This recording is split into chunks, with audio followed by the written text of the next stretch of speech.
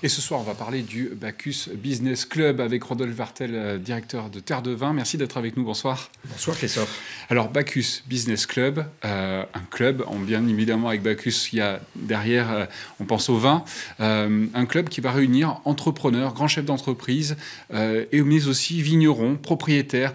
L'alchimie des deux, ça va donner quoi et avec quel objectif ? Ça va donner 10 dîners par an, chaque mois. Chaque mois, on va se retrouver à Bordeaux. Chaque mois, on va se retrouver à Marseille. Chaque mois, on va se retrouver à Lyon avec les gens qui comptent dans chacune de ces villes.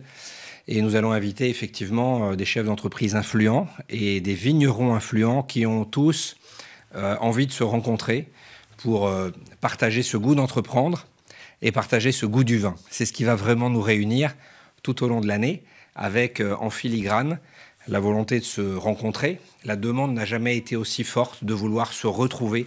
Le digital, c'est formidable. Le Covid nous a incités à digitaliser. Mais l'envie de se retrouver autour d'une table, d'échanger, de se regarder les yeux dans les yeux n'a jamais été aussi forte. Et ces chefs d'entreprise attendent aussi ces rencontres-là pour accompagner la relance. C'est la modeste ambition du Bacchus Business Club. Alors vous dites relancer aussi l'économie du vin, aussi touchée par cette crise sanitaire. Mais il y a une nécessité de réseauter, si je puis parler ainsi, entre ces deux univers qui habituellement cohabitent, mais ont besoin de retrouver ce lien entrepreneurial. C'est très important. Et nous, à Terre de Vin, on s'appuie sur plusieurs pivots. On a développé plusieurs activités. Une activité d'édition avec le magazine Terre de Vin, une activité digitale, une activité événementielle. Et dans cette activité événementielle, on a beaucoup travaillé la relation aux restaurateurs, la relation aux cavistes, la relation aux sommeliers. Nous n'avions pas suffisamment travaillé la relation aux dirigeants. Et pourtant, pour ces dirigeants, le vin compte. Quand on invite des gens importants au restaurant, il est important de savoir ce qu'on lui sert à boire. C'est aussi un signifiant social. Bref, ça fait partie de la culture générale. Et pour ces chefs d'entreprise, le monde du vin et le vin constituent souvent un élément d'intérêt et parfois une passion. C'est ce qui va réunir ces dirigeants. Pour les gens du monde du vin qui ont des propriétés viticoles, les dirigeants sont aussi importants à l'inverse, parce qu'ils achètent du vin, mais parce qu'ils offrent du vin dans le cadre de cadeaux d'entreprise chaque fin d'année à leurs grands clients. Il faut faire se rencontrer ces deux univers, ces deux mondes. C'est vraiment la vocation de Terre de Vin que d'être médiateur une nouvelle fois. Oui, les uns ont besoin des autres. Bien évidemment, vous disiez, les entrepreneurs sont aussi les ambassadeurs des vignerons qui ont aussi besoin de faire connaître leurs produits et de mieux les faire connaître. Oui, vous avez raison, ils sont ambassadeurs de ces vins-là. Et puis, il y a un autre élément qui constitue une photographie de l'économie en France. Quand on regarde, par exemple, le magazine Challenge au mois de juillet chaque année, dans les 500 plus grandes fortunes françaises, on s'aperçoit qu'un grand nombre de très grands chefs d'entreprise français ont investi dans les vignobles, se sont offerts une propriété, un domaine, un château. Et le vin, voilà, le vin constitue souvent pour les dirigeants un vrai centre d'intérêt. Et donc, on va faire se rencontrer ces dirigeants et ces vignerons. Alors l'idée, c'est quand même d'aller un petit peu partout en France, vous l'avez dit. Dans un premier temps, on sera à Bordeaux, on sera à Lyon, on sera aussi à Marseille. Et puis, l'idée aussi, c'est d'être essaimer ce Bacchus Business Club sur d'autres grandes villes de l'Hexagone.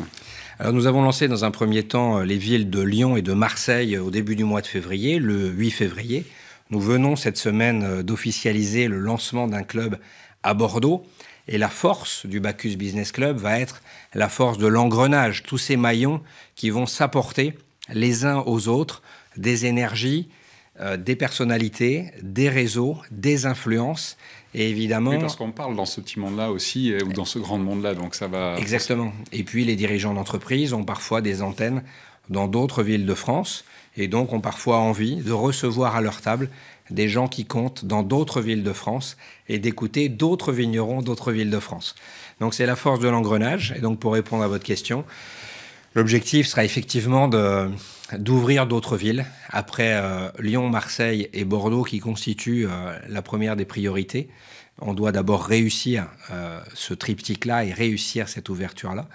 Mais si nous réussissons, l'objectif sera d'aller ailleurs et de proposer d'autres mises en relation aux vignerons que nous défendons, parce que là aussi, c'est d'abord notre cœur de métier. Oui, vous le disiez, donc Terre de Vin connaît bien le secteur vitivinicole avec tous ces vignerons, mais c'est aussi dans ce rôle de médiateur que le Bacchus Business Club se fonde, avec bien évidemment des dirigeants qui vont vous suivre. Qui sont-ils? Comment les avez-vous approchés? Comment sont-ils venus à vous avec cette demande forte? Alors ça, c'est très important. Et ces grands dirigeants français, d'abord, on a envie de leur dire merci, parce que ces clubs vont s'appuyer sur eux, beaucoup compter sur eux, sur leur influence et sur leur disponibilité.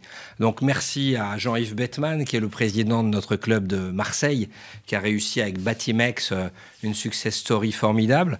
Merci aux vice-présidents qui sont à ses côtés. Merci à Bruno Allard, avocat à Lyon, qui connaît et qui parle aux chefs d'entreprise lyonnais depuis de nombreuses années.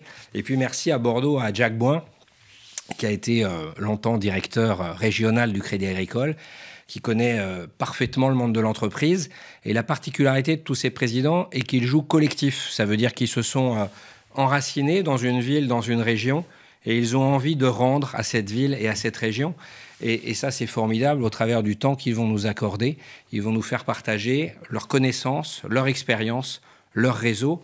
Et on leur dit merci. Et donc, aux côtés de Jacques Boin, on peut citer aussi Nicolas Béraud, le directeur général de BetClick.